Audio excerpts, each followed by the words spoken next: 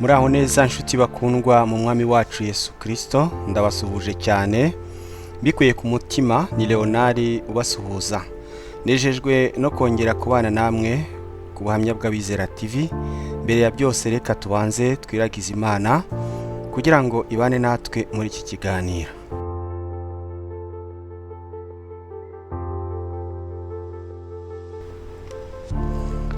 Mana data wa twese uri mu ijuru, turagushimira uyu munsi mwiza uduhaye kongera guhura hano ku buhamya bw'Abizera TV. Turagusaba ngo tuyobore muri iki kiganiro, biduhishurire ukuri kwawe kandi dufashe gusobanukirwa abo ushaka ko tubabo, tube abazukanye na Yesu Kristo.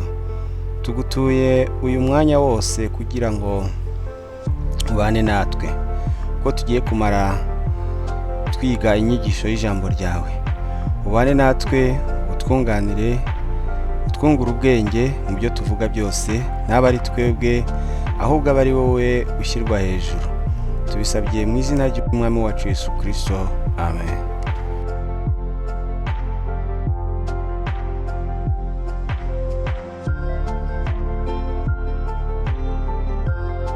Bavandimwe bakunzi b'ubuhamya bw'Abizera TV, nkuko nababwiye ni Leonari nyine n'ubundi ukomeza kubasuhuza, kandi ndabarumikije mu izina ry'umwami wacu Yesu Kristo. Nishimiye kongera kubana namwe muri iki kiganiro cyiza, aho dukomeza kwiga ijambo ry'Imana no gushishikarizanya gukomera mu kwizera. Mbere yo gukomeza, mbanje guhumuriza umuntu wese uri kunyura mu bihe bigoye. Niba uri mu burwayi, mu mubabaro, abafite ibibazo by'ubukungu, mubabaro wo kubura abo mukunda, ababyeyi, inshuti n'abavandimwe, ndabahumuriza cyane mu izina ry'umwami wacu Yesu Kristo.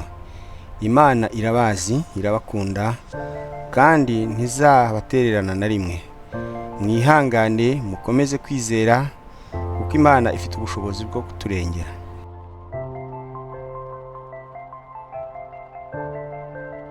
Twagomeje kubona mudukurikira muri benshi, ni ibyo kwishimira, kandi abenshi bagomeza kutubwira ko bagomeze gusakaza ubutumwa ku nshuti ndetse n'abavandimwe. Uyu munsi rero n'ubundi turagomeza kwiga, ariko turaganira ku nsanganyamatsiko igira iti kubaho ubuzima bushya nyuma y'izuka rya Yesu Kristo. Hari uko dusoma ijambo ry'Imana riboneka mu Bakolosayi ibice 3 umurongo wa mbere kugeza ku wa 2. Ijambo ry'Imana rigira riti: nuko rero niba mwarazuranywe na Kristo, mujye mushaka ibiri hejuru aho Kristo ari, yicaye iburyo bw'Imana. Mujye muhoza imitima ku biri hejuru, atari ku biri mu isi. Izuka rya Yesu Kristo si inkuru gusa twibuka kuri Pasika, ni irangira ry'ubuzima bwa kera n'intangiriro y'ubuzima bushya bwo muri Yesu Kristo.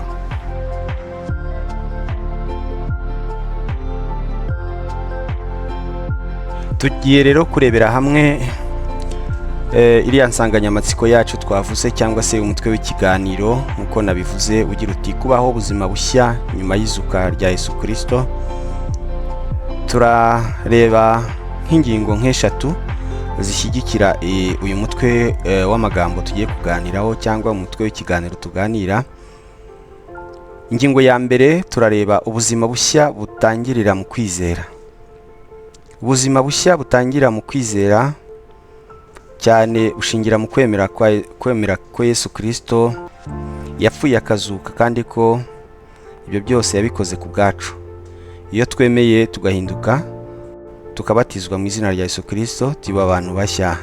Iyo dusomye rero andiko rwa kabiri Paulo yandikiye Abakorino ibice 5 umurongo wa 17, hagira hati: umuntu wese iyo ari umukristo aba ari icyaremwe gishya, ibya kera biba bishize, dore byose biba bihindutse bishya.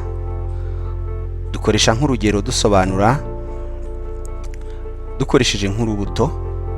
Nk'uko imbuto iyo imaze gupfa mu butaka itanga ubuzima bushya, natwe dupfa ku byaha tugatangira ubuzima bushya mu bugingo. niko n'umukristo aba ari iyo ubuzima butarahinduka, iyo atarakira agakiza. Bisaba ko iyo yakiriye agakiza aba abaye nk'urubuto rupfuye, noneho nyuma y'uko rugiye mu butaka rugapfa, hakabaho gutanga ubuzima rukera imbuto. Iyi ni ingingo ya kabiri kandi nanone ni ibiranga umuntu ufite ubuzima bushya. Umuntu ufite ubuzima bushya muri Kristo Yesu agira ibimuranga. Icya mbere mu bimuranga, agira umutima wo gukunda abandi no kubabarira. Ikindi kandi kimuranga, ahinduka mu myifatire no kuvuga amagambo mabi, avuga amagambo yubaka. Mu magambo ye habamo amagambo meza, amagambo yubaka, amagambo akomeza, amagambo ahumuriza. Icyo nacyo ni kimwe mu bimuranga. Icya gatatu kimuranga, kiranga umuntu ufite ubuzima bushya muri Kristo Yesu, nuko akunda gusenga, akunda gusoma Bibiliya no gukora iby'Imana ishima. Ahangaha dushobora kubisobanuza urugero dukura muri Bibiliya twifashishije urugero rwa Petero. Uko Petero yabaye umunyantege nkeya agahakana Yesu, ariko nyuma yo kuzuka kwa Yesu Kristo, Petero yagize ubutwari bwo kubwiriza ubutumwa bwiza akoresheje imbaraga nyinshi cyane. Tubisanga mu Byakozwe n'Intumwa ibice 2 umurongo wa 14 kugeza kuri 41. Harimo inyigisho zitwumvisha uburyo Petero yahagaze ahamya ubutumwa bwiza. Petero yahamije imbere y'imbaga y'abantu benshi, ubwo bamwe bavugaga ko intumwa zasinze kandi ari uko zari zuzuye umwuka wera. Yasobanuye abantu ko Yesu bishe bakamubamba ari we utumye intumwa zuzura umwuka wera nk'isezerano yari yazisezeranije, zigatangira kuvuga mu ndimi zitandukanye. Byatumye abantu rero bifuza kumera nkabo. Benshi batangira kumubaza icyo bakora kugira ngo nabo buzure umwuka wera bavuge mu ndimi nshya. Ababwira ko bakwiye kubanza kwihana bagahinduka.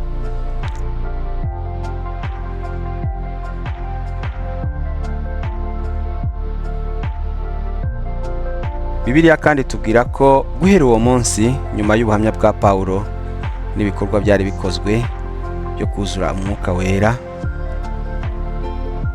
ko ako kanya gusa Petero akimara kwatura no kuvuga amagambo ahamya ko Yesu wishwe ari we ubashije gutuma habaho kuzura umwuka wera, abantu benshi rero bifuje kuba abakristo, nuko hihana abantu 3,000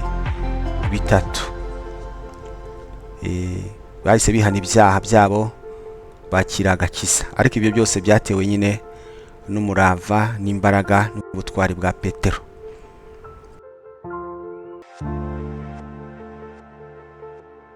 Twongera gusoma mu ngingo ya 3 ishyigikira umutwe w'ikiganiro cyacu, gukomeza gukura mu buzima bushya. Ubuzima bushya ni urugendo, ntabwo rero tuba twihagararaho, ahubwo tuba tugomba guhora twiyegereza Imana. Iyo dusomye mu rwandiko Pawulo yandikiye Abefeso ibice 4 umurongo wa 22 kugeza kuri 24, ijambo ry'Imana riratubwira ko tugomba kwiyambura kamere ya kera tukambara kamere nshya. Iyo umukristo amaze kwemera, akabatizwa, akemera Yesu Kristo nk'umwami n'umukiza mu buzima bwe, igikurikiraho ni ukwiyambura nyine burundu kamere ya kera. Ibikorwa yakoraga, umuntu aba yarakoraga kera bitari byiza, nk'uko bigaragazwa n'imirimo nyine ya kamere, ibyo byose arabireka, hakabaho kwambara kamere nshya, kamere nziza, kamere twabonye muri bya bindi 3 biranga umuntu wamaze kwakira ubuzima bushya, aribwo bwa bundi ko umuntu agira umutima wo gukunda abandi no kubabarira, ko ahinduka mu myifatire, akavuga amagambo meza kandi amagambo yubaka. Ikindi akarangwa no gusenga, gusoma Bibiliya ndetse no gukora iby'Imana ishima. Iyo dusomye rero urugero nk'uko umwana muto akura umunsi ku munsi, twakwifashisha urugero rw'uburyo umwana akura. Umwana burya akura umunsi ku munsi kugeza akomeye. Natwe nk'abakristo tugenda dukura buhoro buhoro mu buryo bw'umwuka, dusenga, twiga ijambo ry'Imana, kandi dukora n'ibyiza nk'uko Imana ibidusaba. Iyo tugiye dusoza nk'ikiganiro cyacu, dusoza ikiganiro cyacu kiba kitari kirekire cyane, twavugira tuti ubuzima bushya nyuma y'izuka rya Yesu Kristo ni impano ikomeye Imana yaduhaye, iduhamagarira kubaho tutari imbohe z'ibyaha, ahubwo turi abana b'Imana, tuyoborwa n'urumuri. Mureke dufate umwanzuro rero wo gushaka ibiri hejuru aho Kristo ari, twibande ku byo mu ijuru, aho kwishora mu by'isi bidushuka bikazatubuza ubugingo. Dusenga rero mu buzima bwacu bwa buri munsi, isengesho dusenga buri munsi. Iyo tugize amahirwe yo kuganira ku ijambo ry'Imana, tuba dukwiye no kurisangiza n'abandi, kuko tuzagomeza kwigisha, tuzagomeza kuganira ku by'ijambo ry'Imana kugeza igihe tuzaba nyine tutagihumeka, kuko turi mu isi dufite inshingano yo kwigisha. Yesu yaravuze ngo mugende mwigishe mu mahanga yose. Niko yabwiye intumwa ze, niko yabwiye abigishwa be ubwo yabatumaga kwigisha. Natwe rero abamwemeye dufite inshingano yo kwigisha kandi tugasobanurira n'abandi iby'ijambo ry'Imana, kugira ngo abatega amatwi kandi bakaryumva nabo bagirirwe ubuntu, bongererwe imbaraga. Turabasaba rero kujya musangiza abandi nyine ibiganiro mu gihe tugize amahirwe yo gutegura ikiganiro. Ntabwo nyine biba byoroshye, ariko kuko kwitanga bw'umurimo w'Imana dukora, turemera nyine bikatugora, ariko tukabikora kuko twarabyiyemeje. Tuba tugomba gukoresha umwanya wacu, tugakoresha ubutunzi bwacu, tugakoresha ubwenge bwacu mu kuvuga ndetse no kwamamaza ubutumwa bwiza. Abagomeza rero kutwumva, nashishikariza abatwumva ubwa mbere kujya mukora subscribe kugira ngo tugomeze kuba benshi, twumve ijambo ry'Imana, dukore share, ndetse nibiba ngombwa dukore na comment, kuko n'ibitekerezo byanyu turabikenera, tujya tubyakira. Hari abaduhamagara kuri telefone, hari abatwandikira muri comment. Ibyo byose bidufasha gutegura ibiganiro no kongerwamo imbaraga kugira ngo tubashe gukora n'ibirenze ibyo tuba twakoze. Reka dusenge rero dusoze ikiganiro dusenga. Mana yacu, se umwami wacu Yesu Kristo, turagushimira kubw'ubuzima bushya waduhaye binyuze ku rupfu n'izuka rya Yesu Kristo. Turagusaba kuturinda, kudukomeza no kudufasha gukomeza kubaho nk'abazutse hamwe na Yesu Kristo. Dukize intege nke zacu, uduhe gukura mu kwizera no kugendera mu kuri kwawe. Tubisabye mu izina ry'umwami wacu Yesu Kristo, amen. Imana ibahe umugisha.